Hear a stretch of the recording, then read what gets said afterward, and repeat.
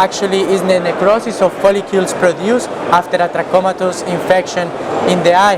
And the incidence of trachoma was really high many years ago in the Middle East.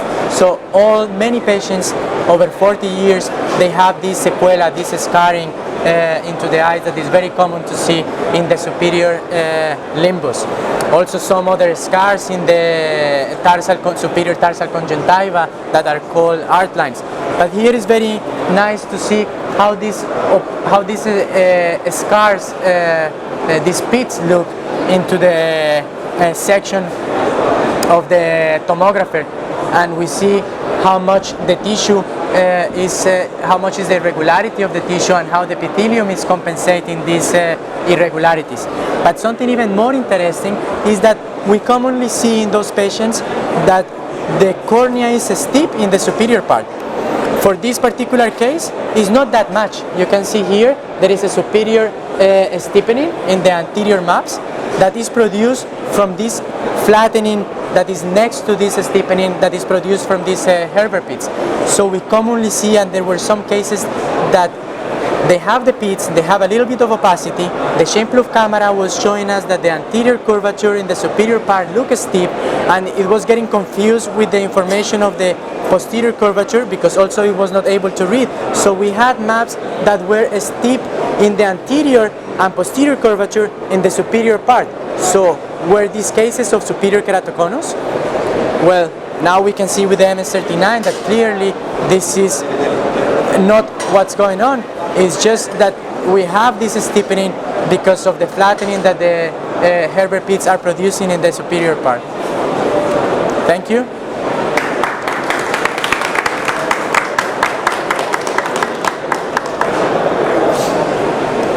Clearly, straight away, I knew that she had a dissect done, well done, is well attached to the posterior stroma. There is no any detachment on the dissect, but this membrane comes from the stripping of the Descemet's membrane when they were going to do the dissect surgery. So they strip, but they did not remove, and there was an area that was not completely stripped and still attached to the cornea, as you can see. Francesco, is there any pointer that we could use, or perhaps, or just a small stick, or? Okay. As you can see, the Descemet is still attached, then is lying down in top of the iris, and then it goes up and roll a little bit into the anterior chamber.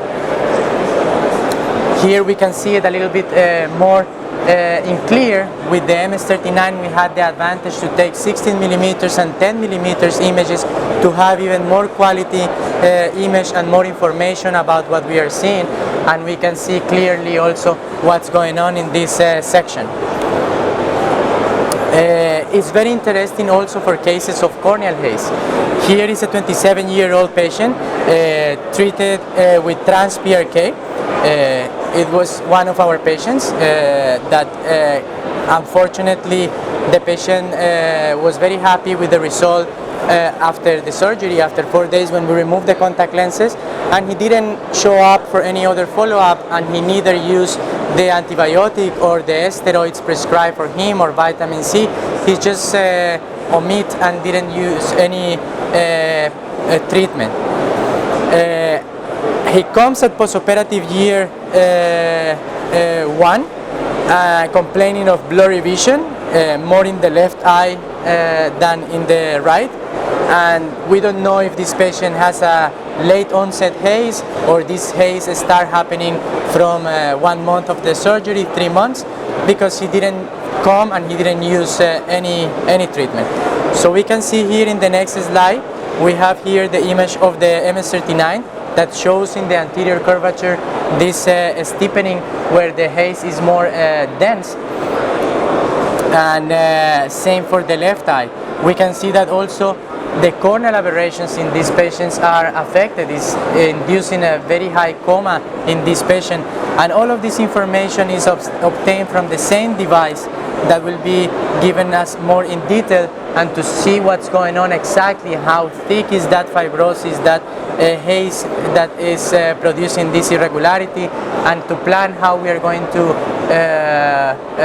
proceed, maybe at the beginning with the medical or perhaps planning an additional procedure to remove this fibrosis and scar. And we see that it's pretty thick in this image and also in the left eye, but not as thick as the other one. So it gives us a more clear picture of what exactly is going on, in which location exactly the problem is happening, with a very high definition.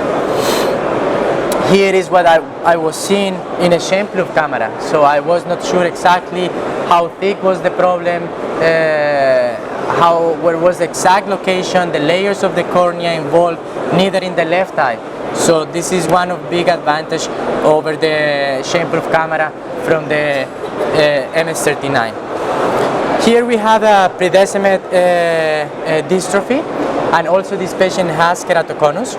In these photos you can see that the deep layers of the cornea are a little bit hazy in each of the eyes.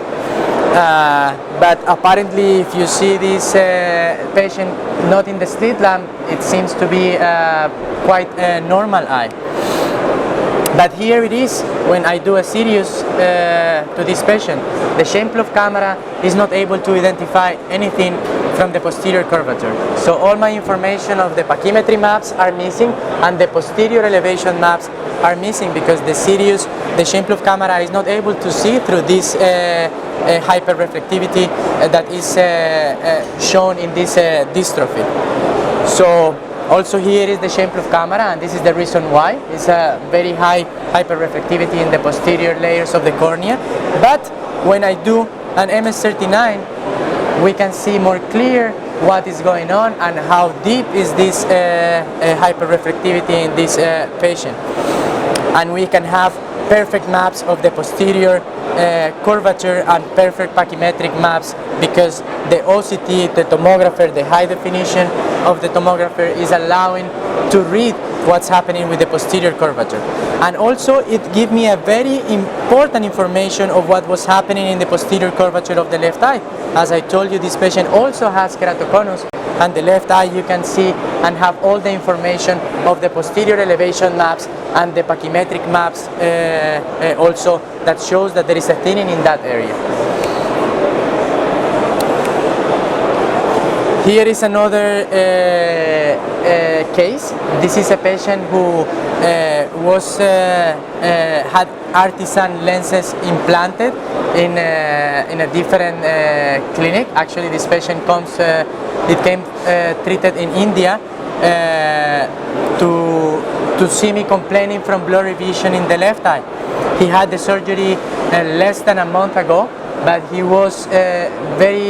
has a lot of complaints from the vision of the left eye. As you can see in the photos, there are some opacities in the lens of the left eye, and as you see, the sutures are still there because there is even less than a month from the surgery. So it's more clear to see in the slit lamp photos the opacities of this lens in the left eye. Here we have a Scheimpflug camera where we can see a little bit these opacities there in the lens, but it's not very much clear, as you can see here, the opacities in the MS39.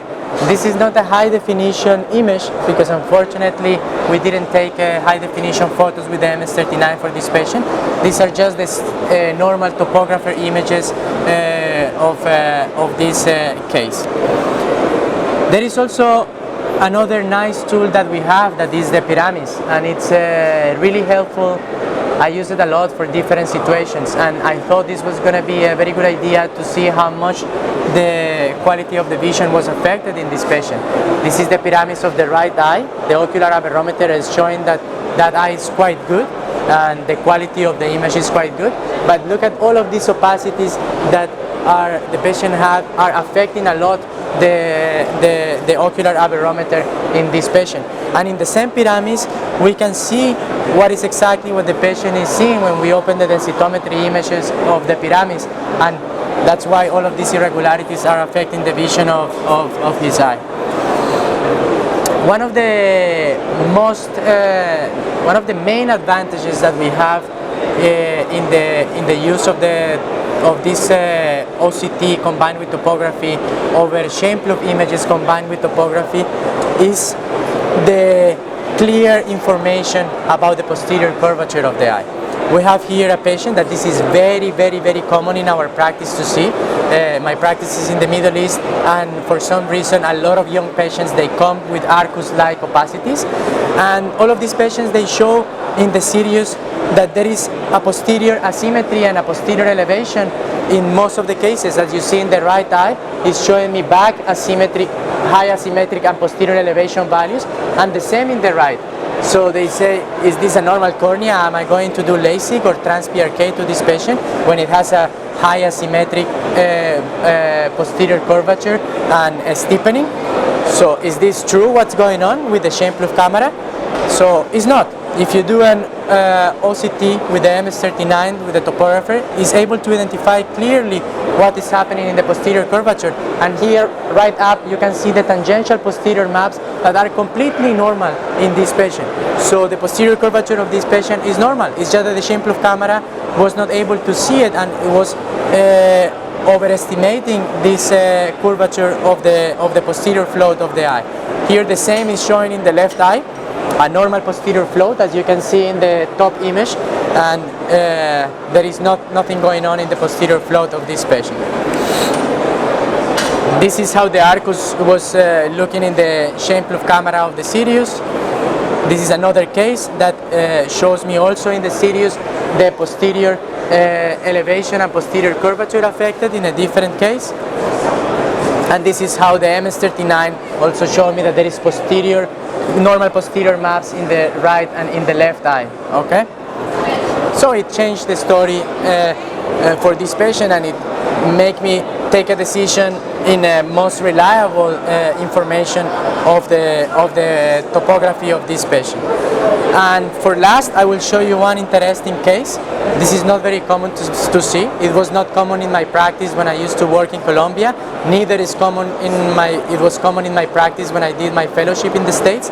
Actually, the first place I saw this is when I started working in the Middle East, and I see this almost every other day.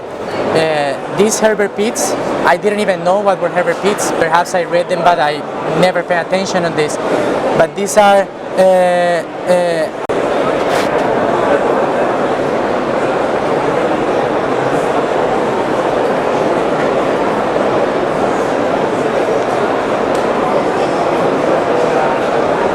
Hello, can you hear me?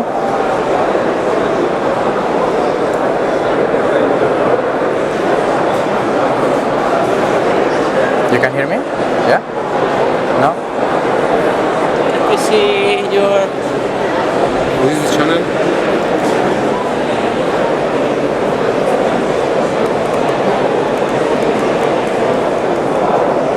Six. Hello. Yeah? Now?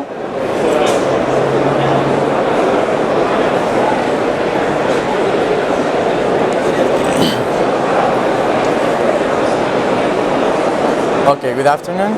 Today I will be presenting some interesting cases done with the MS39. We have the MS39 since a few months ago, but we have had the opportunity to collect a big amount of cases, around 3,000 patients and over 10,000 acquisitions. I will start with one of the cases that is in the new atlas. This is a new type of intracorneal ring segments which come in progressive thickness. It's very interesting, this new concept, and it's mainly for different types of keratoconus with a new classification based on the shape of the keratoconus. As you see in the left, this topography shows that the keratoconus look a little bit like a dog. If you put a little bit of imagination, we have here the body of the dog and then the head of the dog. And you see that in this topography, in many cases, the topographic astigmatism with the refraction astigmatism and the coma astigmatism were completely different, and then we were having difficulties on deciding which astigmatism, which axis to implant the intracorneal ring segment. And the main problem that we were having is that we were not covering all the problem, and we were just using the same thickness of the ring along the whole ring to correct this astigmatism. But as you see here, we have a ring that is thinner in the superior part and start getting thicker. So the effect will be more in the area where we need more flattening effect. So this is very interesting to see with the MS39. I did a scan where it shows the difference in the thickness of the ring. We see the thicker part of the ring here in the left and the thinner here. And this is how the ring looks implanted already in the eye. And this is the interesting part, that with the MS39 we have the additional information from Placido rings to have an accurate information of the anterior curvature of the eye. And we can also, as previous as different topographers, we can see the difference comparing two different examinations. In this case, preoperative at the left, the postoperative at the right, that looks a cornea, that quite normal cornea. And here we see all the difference and this progressive flattening effect that we were trying to achieve with these progressive thickness rings. I have another case that I would like to share with you. This is a female of 59 years old who came to my clinic with a history of a DSEC done in Iran for a complication of a phaco surgery.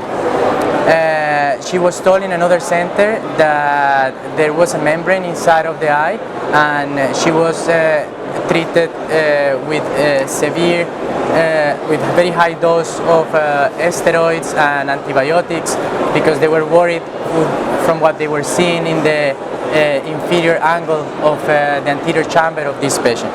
So before the patient came to my office, I asked them, if you already know all of this information, just go ahead and do one CUS, one MS39 to this patient to know what they are talking about before we even see the patient in the slit lamp.